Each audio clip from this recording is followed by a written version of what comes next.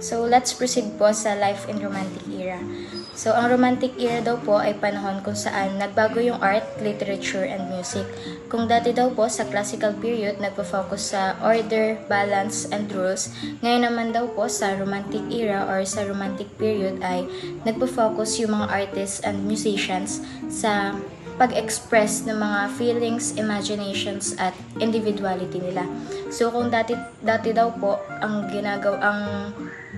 ang nagiging way po nila para gumawa ng art ay para sa hari, aristocracy, or sa simbahan. Ngayon naman daw po, gumagawa na po sila ng art para ma-express yung sarili nilang feelings, emotions, and ideas. Kaya makikita po natin sa mga gawa nila, ang mga themes po is tulad ng love, heroism, nostalgia, o yung pag-alala sa nakaraan, at saka macabre po. So, ayan, naka-apekto din daw po yung mga malalaking events tulad ng Industrial Revolution, European Expansion, Revolution sa France, Italy at Germany, at pag-usbong ng middle class. So, dahil daw po dito, mabilis nagbago ang buhay ng tao at naging larger than life ang gawa ng mga romantics. So, sa madaling salita po, ang romantic art at music ay tungkol sa matinding emotion, personal expression, at kagandahan at kapangyarihan ng nature at human experience. So, yun po yung sa life in the romantic era. So, and mag-proceed naman po tayo sa example of a romantic painting depicting nature and the macabre. Sa romantic paintings po, madalas po ipakita yung lakas at ganda ng nature tulad ng madidilim na kagubatan, malalakas na bagyo, o dramatic na langit. Para daw po sa kanila, ang nature ay hindi lang peaceful, kundi mysterious at powerful din. So, ang salitang macabre daw po, ibig sabihin ay dark, eerie, o may kaugnayan sa death. Kaya minsan, may mga gloomy at haunting na eksena para ipakita ang mystery at malalim na emosyon ng tao. So, dito po sa picture makikita ang mga madidilim na puno at shadows na nagbibigay ng dramatic at medyo nakakatakot na atmosphere. So, ibig sabihin, ipinapakita po ng painting ang romantic idea na ang nature ay hindi lang maganda at tahimik, kundi maaari ding nakakatakot, malakas at puno ng emosyon o mga mga emosyon.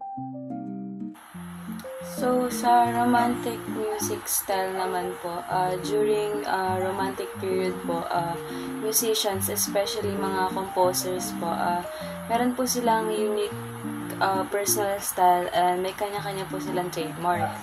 So, sa era na po ito, na-emphasize po ang individual expression, innovation, creativity, and madami pong iba.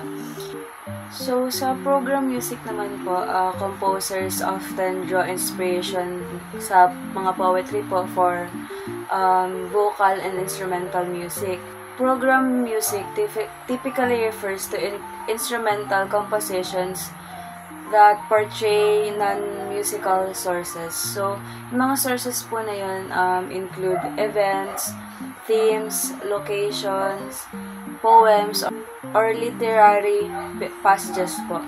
So, understanding the source or story behind the music helps listener to appreciate its meaning. Two contrasting composition types. The miniature. The miniature was a small piece, a short compositional that lasted for a few minutes. Most miniature were composed for intimate settings for performance in a small chamber halls or for amusement in a residential living room. These are usually short songs or short piano pieces where the composer can exhibit his or her personal style and compositional language in a brief yet intense way. One example of this piece is the Traumerei by Roger Schumann.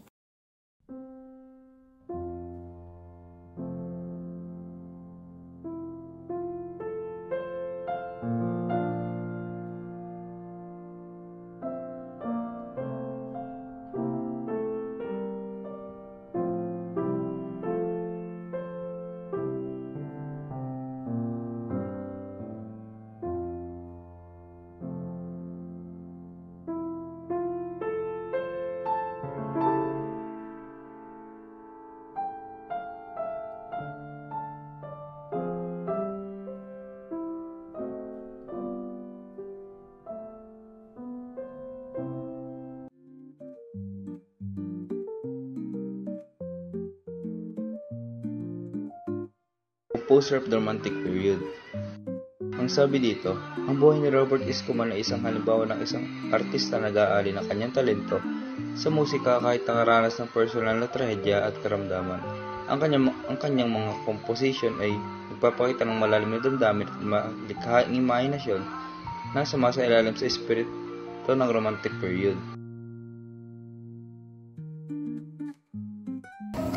So, sinasabi dito sa page na ito na si Johannes Brahms ay isang composer na nagmula sa Germany at ipinanganak siya noong 1833 at namatay siya noong 1897. Naging kaibigan niya sina Robert at Clara Escoman na nagbigay ng inspirasyon sa kanya. Nagsulat din siya ng mga tanyag na likha tulad ng Hungarian at dances. So, kilala siya sa pagsasama ng mga damdamin ng romantic music at ng classical style.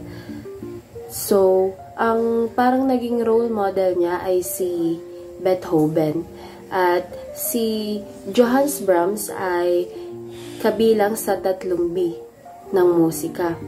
Ang 3 B na ito ay ang Bach, Beethoven at Brahms.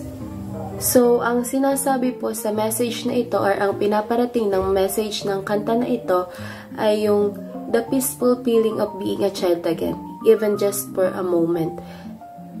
So, this music is all about the beauty of simplicity, the beauty of calmness, gentleness. So, nasulat po ito ni Escoman kasi to capture how adults look back on their younger years. So, yun po.